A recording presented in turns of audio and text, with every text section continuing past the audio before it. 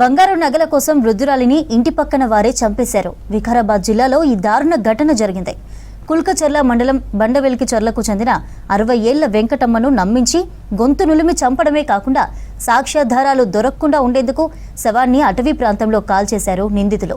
వెంకటమ్మ ఒంటిపై ఉన్న బంగారు నగలే లక్ష్యంగా పక్కింటికి చెందిన మంజుల, ఆమె భర్త బీరప్ప, అరుణ్ అనే మరో వ్యక్తి కలిసి ఈ ఘాతుకానికి పాల్పడ్డారు.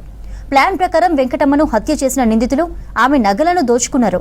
తర్వాత డెడ్ బాడీని తిరుమలాపూర్ అటవీ ప్రాంతానికి తీసుకువెళ్లి పెట్రోల్ పోసి నిప్పంటించి ఆనవాళ్లు కూడా లేకుండా చేసే కుట్ర చేశారు.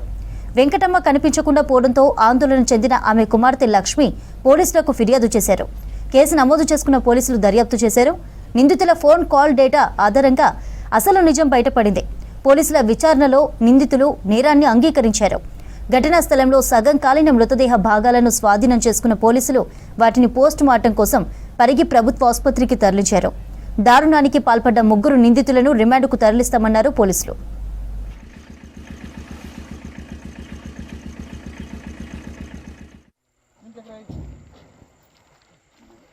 ఇంకా